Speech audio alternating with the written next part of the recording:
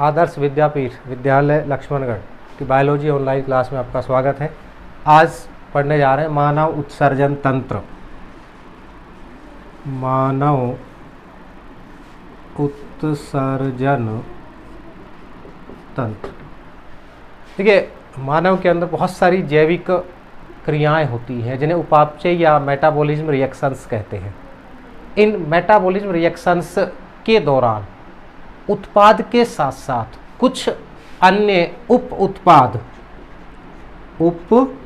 उत्पाद जैसे CO2, जल और अमोनिया भी बनते हैं।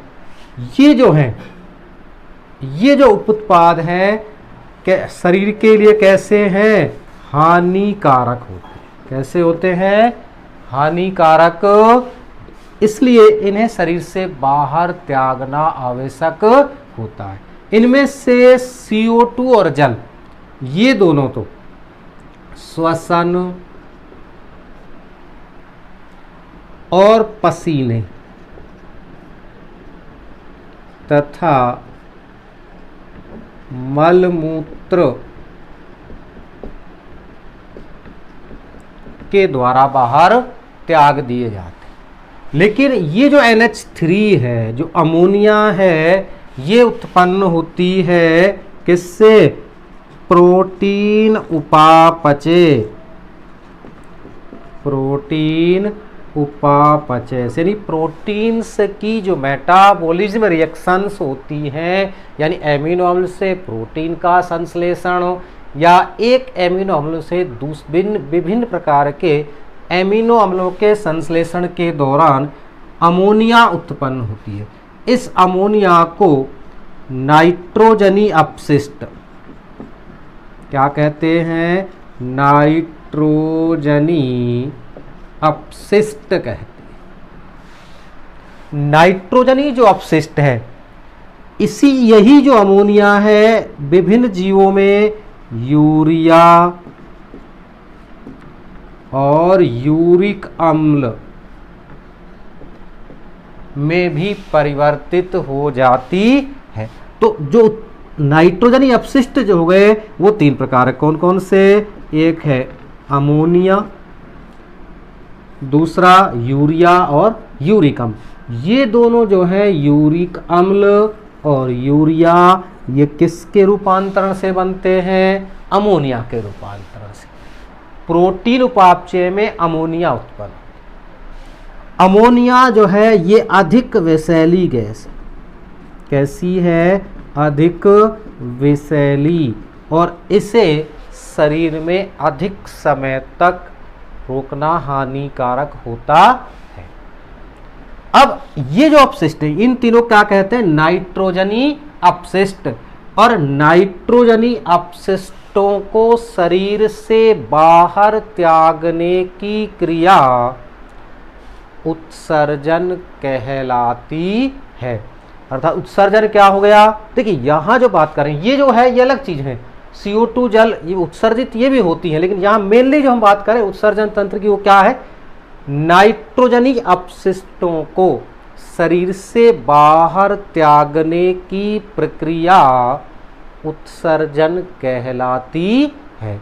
और ये जो उत्सर्जन की जो प्रक्रिया है, उत्सर्जन की जो प्रक्रिया, इसमें भाग लेने वाले अंग क्या कहलाएंगे? उत्सर्जी अंग। यानी उत्सर्जन की प्रक्रिया में भाग लेने वाले अंग क्या कहला रहे हैं? उत्सर्जी अंग। और ये सारे अंग आपस में मिलकर क्या बनाते हैं? उत्सर्जन तंत्र का निर्माण करते हैं। यानी नाइट्रोजनी अपशिष्टों को त्यागने में सहायक उत्सर्जी अंग सम्मिलित रूप से उत्सर्जन तंत्र कहलाते हैं। यहाँ पे कई बार प्रश्न पूछा जाता है उत्सर्जन किसे कहते हैं? एक नंबर का प्रश्न पूछा जाता है उत्सर्जन किसे कहते हैं। तो उसमें हमें ये चीज ध्यान रखनी है, दो शब्द, नाइट्रोजनी अपशिष्ट, यानी नाइट्रोजनी अपशिष्टों को शरीर से बाहर त्यागने की प्रक्रिया उत्सर्जन कहलाती है। ये पूरी परिभाषा। मेन जो ध्यान रखना, शरीर से बाहर निकालना उत्सर्जन हो गया, लेकिन किसको? नाइट्रोजनी अपशिष्टों को, ये ध्यान रखना। अब देखिए नाइट्रोजनी अपशिष्ट हमने कहा, मैंने क्या लिखा है, एक अमोनिया है, दूसरा यूरिया है और तीसरा यूरिक अम्ल है। इनके आधार पर जंतुओं को 3 भागों में बांटा गया। किसके आधार पर? नाइट्रोजनी अपशिष्टों के आधार पर। नाइट्रोजनी अपशिष्ट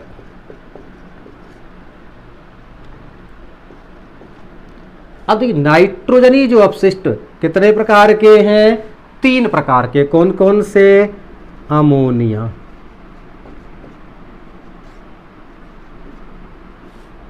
दूसरा है यूरिया और तीसरा है यूरिक अम्ल।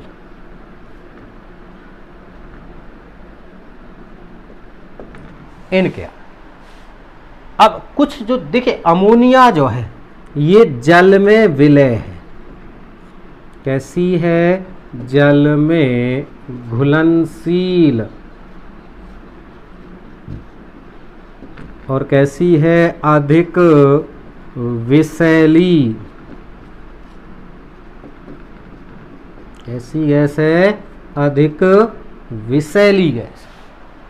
अब देखो, एक तो जल में घुलनशील है, दूसरी मैं कह रहा हूं अधिक विषैली। अब अधिक विषैली होने के कारण अधिक समय तक यदि शरीर में रुकती है तो हानिकारक प्रभाव डालेगी, इसलिए जल्दी निकाल। दूसरी बात क्या है?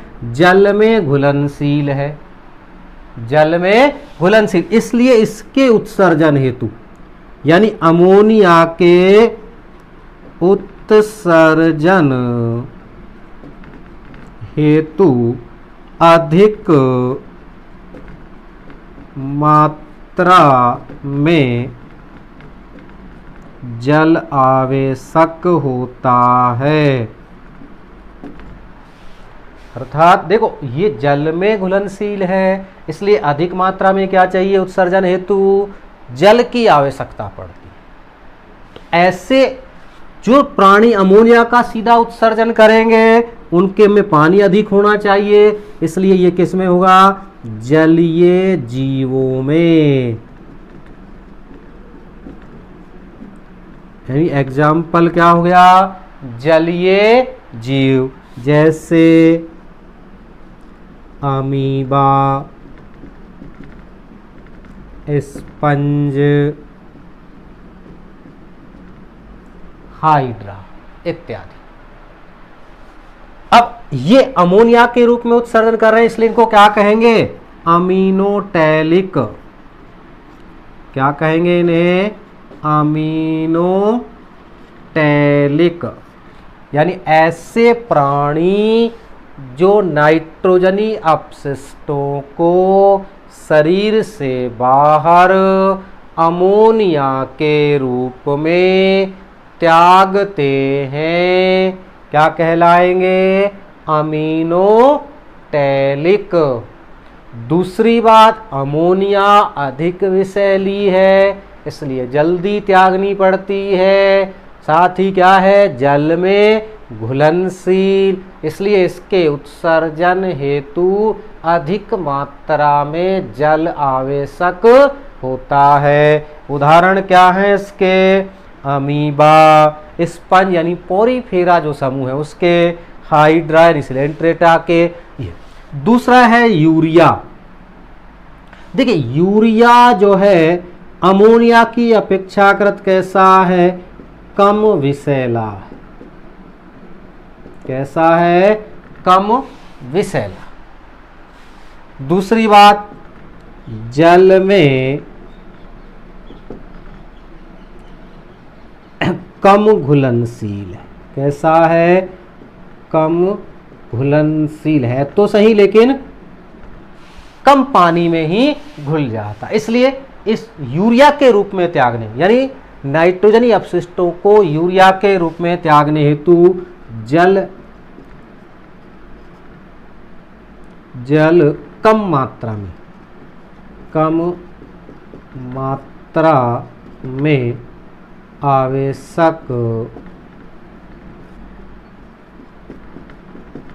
होता है, यानी यूरिया। अब दूसरी बात देखो, उत्पन्न मैंने पहले ही कहा था कि उत्पन्न किस रूप में हो रही है, प्रोटीन मेटाबॉलिज्म जो रिएक्शंस हैं उनमें जो सब प्रोडक्ट है, जो उत्पाद है वो क्या है, अमोनिया। लेकिन इस अमोनिया को यूरिया में बदल दिया जाता है, किसके द्वारा, यकृत के द्वारा। यानी एक प्रश्न और यहां पे बन जाता है, अमोनिया को यूरिया या यूरिक अम्ल में कौन सा अंग परिवर्तित करता है? उत्तर क्या होगा, यकृत। क्यों करता है? क्योंकि यूरिया अमोनिया की अपेक्षाकृत कम विषैला, ठीक, और इसलिए इसके उत्सर्जन हेतु जल कम मात्रा में चाहिए। इसके जो उदाहरण हैं कौन से, जैसे स्तनधारी, कौन से हैं, स्तनधारी, पक्षी वर्ग। स्तनधारी में से आ गया मानव है भाई, गाय, हिरण, खरगोश इत्यादि। तीसरा जो आप ये देखिए यूरिया के रूप में कर रहे हैं तो इन्हें क्या कहेंगे, यूरियोटैलिक।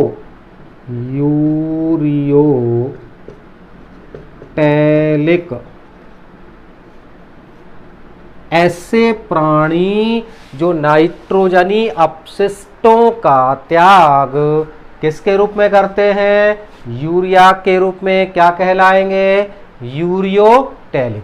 अमोनिया के रूप में कर रहे हैं अमीनोटैलिक, यूरिया के रूप में कर रहे हैं यूरियोटैलिक, और यदि यूरिक अम्ल के रूप में कर रहे हैं, इस रूप में कर रहे हैं तो क्या कहलाएंगे, यूरिकोटैलिक। क्या कहलाएंगे, यूरिकोटैलिक। तो तीन प्रकार हो गए, अमीनोटैलिक, यूरियोटैलिक और यूरिकोटैलिक। तीसरा देखिए जो यूरिक अम्ल है, कौन सा, यूरिक अम्ल के रूप में उत्सर्जन कर रहे हैं कौन से प्राणी, यूरिकोटैलिक। ऐसे प्राणी जिनमें जल की मात्रा बहुत कम होती, जैसे कीट, सरीसृप, मरुस्थलीय,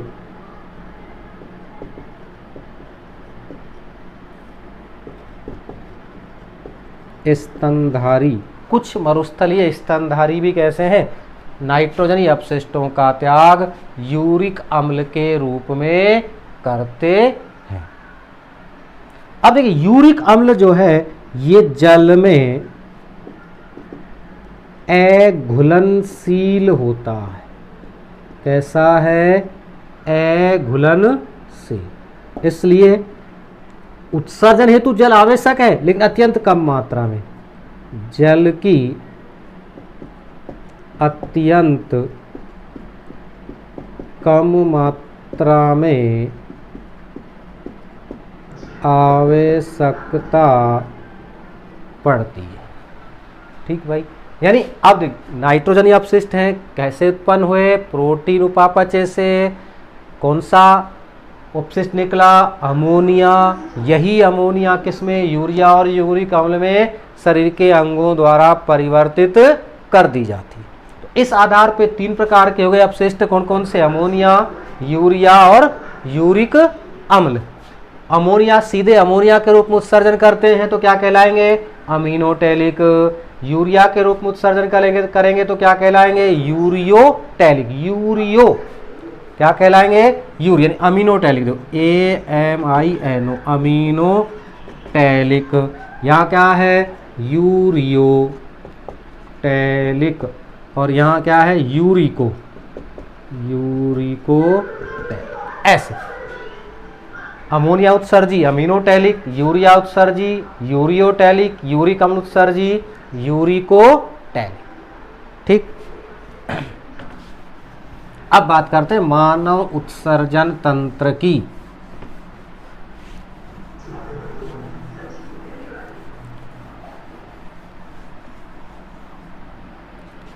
मानव उत्सर्जन तंत्र। मानव उत्सर्जन तंत्र में मुख्य रूप से जो अंग सम्मिलित हैं कौन कौन से? वृक्क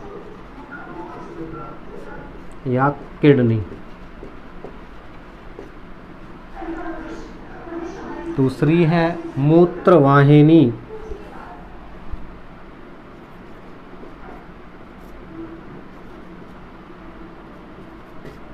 मूत्रवाहिनी, यूरिनरी डक्ट्स, तीसरा है मूत्राशय,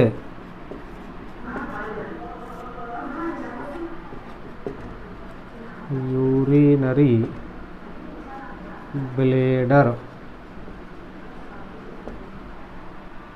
और चौथा है मूत्र मार्ग,